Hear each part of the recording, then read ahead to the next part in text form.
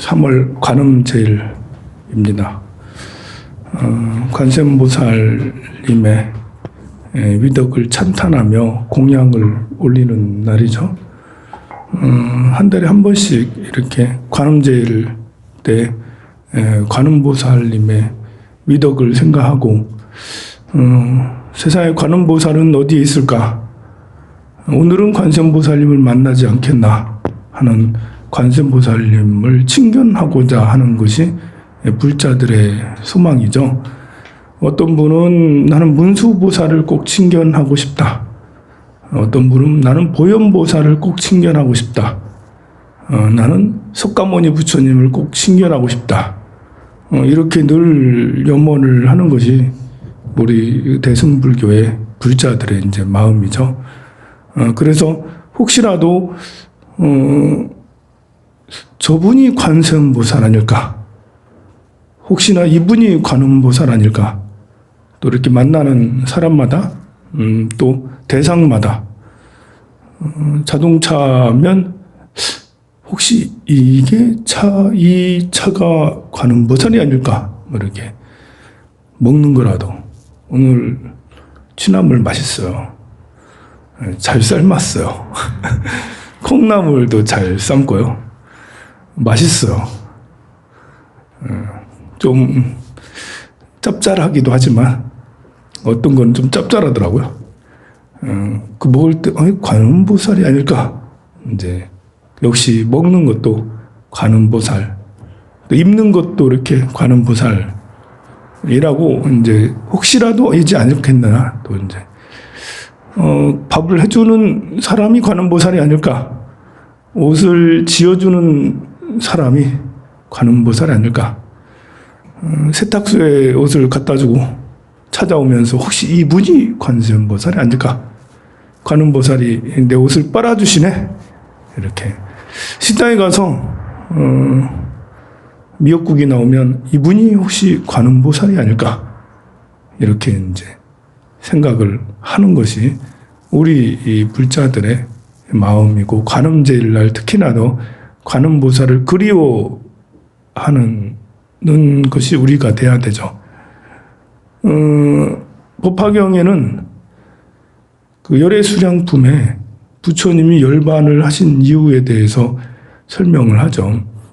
부처님을 그리워하라고. 부처님이 계시면 더 열심히 할 것 같아도 부처님이 계시면 마음이 누가 있구나 하면서 알아서 다 해주시겠지 해서 오히려 듣기만 하고 수행을 안 한다라는 거죠. 그래서 부처님 열반에 드시면 부처님이 없는 세상 내가 열심히 해서 깨달음을 얻어야지 해서 부처님 만나길 그리워하고 수행 정진을 더 용맹히 한다 해서 부처님 열반에 드신다고 그러죠. 사람에 따라 좀 다른 것 같아요. 어떤 사람은 이제 부처님이 계시니까 더 열심히 하고 어떤 사람은 이제 부처님이 계시면 알아서 해주시겠지라고 황룡사가 있으니까 절에도 이렇게 다니면서 더 열심히 하고 황룡사 같은 절이 없으면 어떤 사람은 내가 통도사라도 가서 해야지 하면서 이제 멀리까지 더 열심히 하는 사람도 있겠죠. 그러나 황룡사는 있어야 되겠죠. 더 많은 사람들에게 부처님의 법을 전해주고 수행할 수 있는 인연을 더 많이 만들어주니까요. 불법이 없는 곳에 태어나면 그걸 보고 이제 8난 중에 8가지 난 중에 하나예요. 부처님이 없는 곳에 태어나면 불법을 만날 수가 없으니까. 근데 혹시라도 발심하는 사람이 있을 수 있어요. 그런 사람은 부처님이 없는 이 세월 참회하면서 내가 업장이 정말 두텁구나 하면서 이런 부처님이 없는 곳에 내가 태어나다니 더 열심히 수행할 수 있겠죠. 여러분들이 혹시라도 갑자기 어떤 상황이 바뀌어서 이사를 갔는데 근처에 절이 하나도 없어. 아니면 뭐 이렇게 유럽으로 이사 갔어. 독일로 이사 갔어. 주변에 하나도 없어. 절이. 교회만 10개가 있어. 주변에. 교회라도 다녀야지. 라고 생각하기보다는 내가 배운 게 불법인데 부처님의 가르침 하나라도 더 익혀야지, 멀리 있다 하더라도. 그래서 오히려 더 열심히 하는 게 불법을 그리워하면서 이곳에도 내가 부처님 도량이 섰으면 좋겠다라고 염원하면서 기도가 하루 중에 기도가 이곳에 부처님 도량 하나 세워주세요 라고 그렇게 발언하면서 기도에 더 매진하는 게 우리가 돼야 되죠. 그러면 이제 근기가 어느 정도 돼야지 되는 거예요. 그것도 인연이 있어야지 그런 마음을 갖죠. 근데 이제 여러분들 정도면 충분히 그런 인연이 된다고 생각이 됩니다. 청루품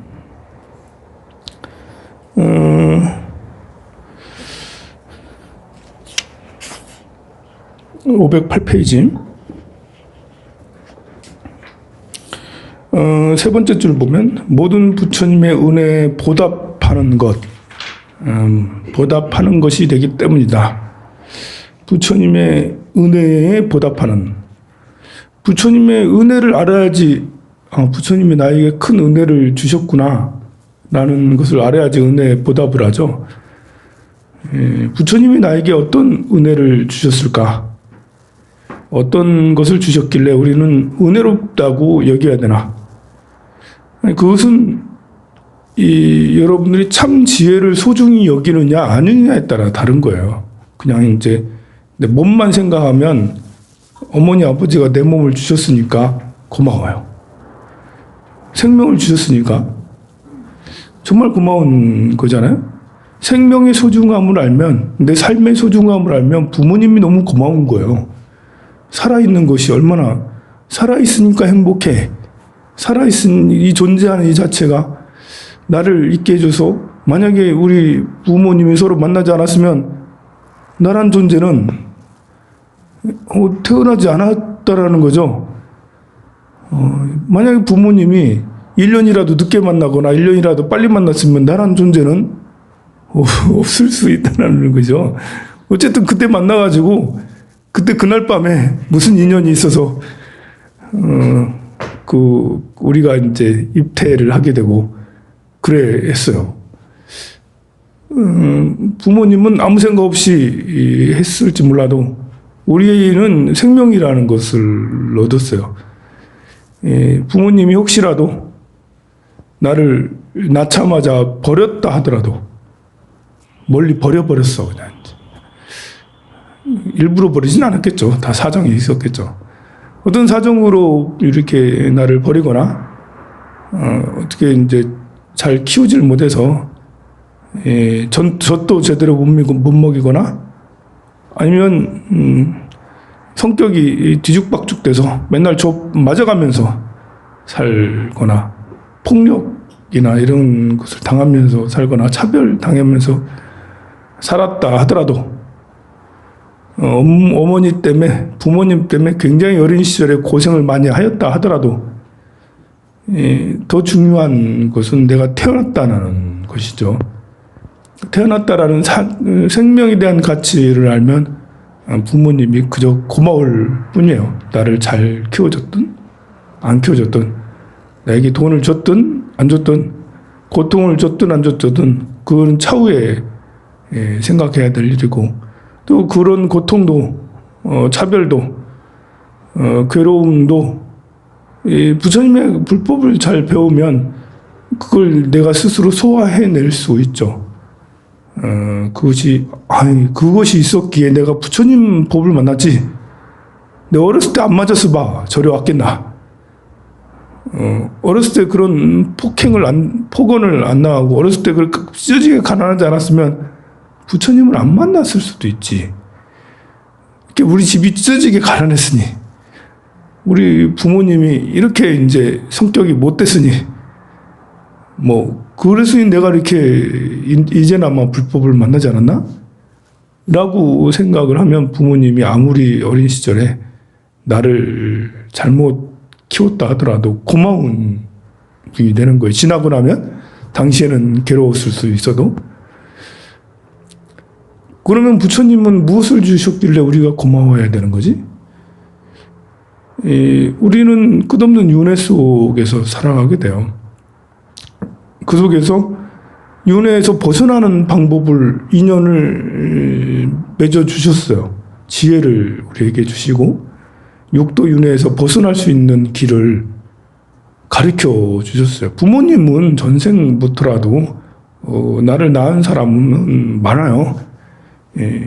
그러나 나에게 참 지혜를 일러주신 분은 오로지 부처님이에요.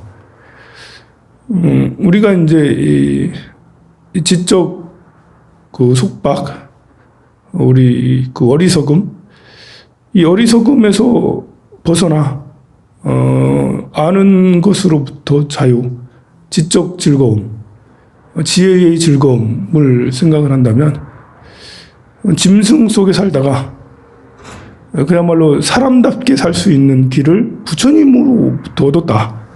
생명의 소중함도 알게 돼서 부모님도 굉장히 이렇게 우리에게 큰 은혜를 주신 분이구나 라는 지혜를 부처님을 통해서 알게 됐고, 남의 것이 얼마나 소중한지, 남의 몸과 마음이 남의 소유물, 소유하고 있는 것이 얼마나 소중한지 부처님이 가르쳐 주셨잖아요. 내 것만 소중한 게 아니고 모두 다 소중하구나 라는 것을.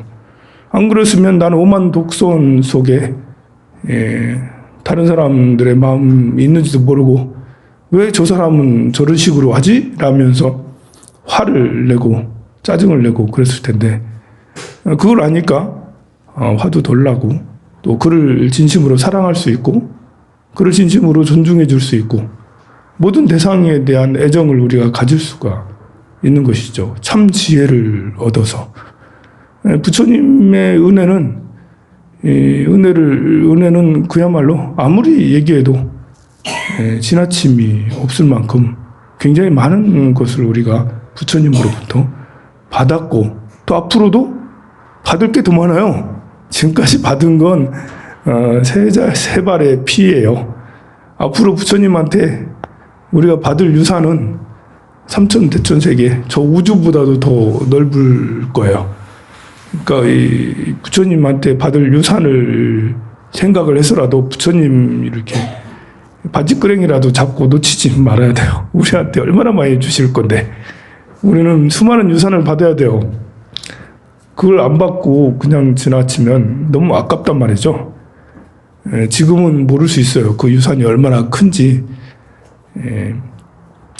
지금까지 받은 것도 감지덕지지만 이거보다 더 많은 유산들이 우리에게 쏟아져 내릴 거다. 그것을 법화경에서 계속 또 설하시죠. 그래서 부처님의 은혜를 우리가 생각을 할 수가 있어요. 그렇다면 부처님의 은혜를 갚는 건 뭐냐? 바로 이 법화경을 연설해서 남들에게 듣고 알게 하라라고 되어 있죠. 우리는 부처님의 지혜를 믿어요. 이 부처님의 지혜를 남들에게 선사를 해줘야 되는데 잘 말할 줄 잘 모르잖아요. 이렇게 저도 이렇게 강의를 하지만 막상 사람 둘이 앉아가지고 커피를 마시면 부처님 얘기가 잘 안 나와요.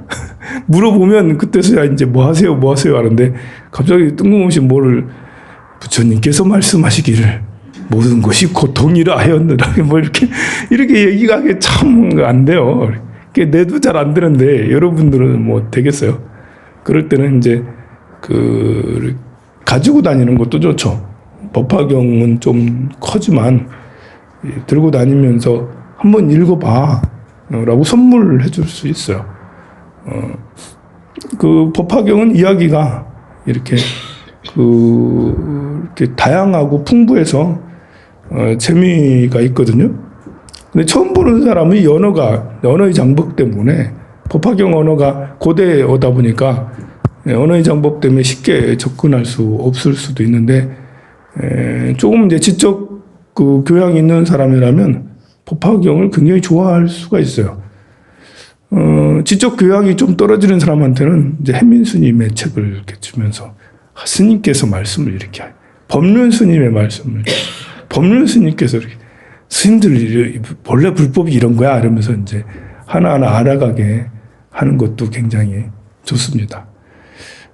그래서 경을 이제 이렇게 연설하고 전해주는 이 공덕이 제일 크다라고 했고, 여기서는 이 법화경이니까 그렇게 부촉을 우리한테 많이 설법을 하라고 부처님께서 여러 번 이야기를 해요. 그리고 이제 이 보살들은 부처님 앞에서 3번이나 그렇게 하겠습니다라고 3번이나 다짐하죠.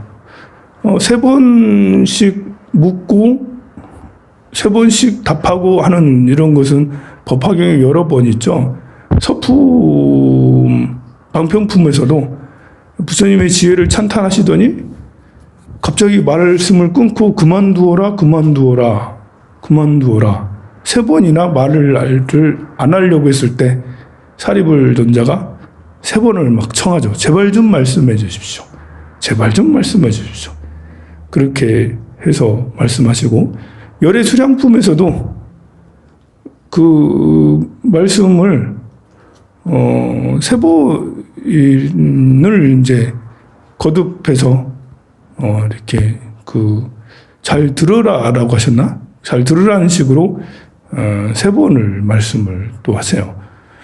곳곳에 보면 3번씩 이렇게 청하거나, 그리고 3번씩 당부를 하거나, 또 듣는 자가 3번씩 그렇게 하겠습니다라고 그렇게 거듭해서 하는 부분이 종종 볼 수가 있는데, 그것은 이제 그만큼 중요하다라는 이야기입니다.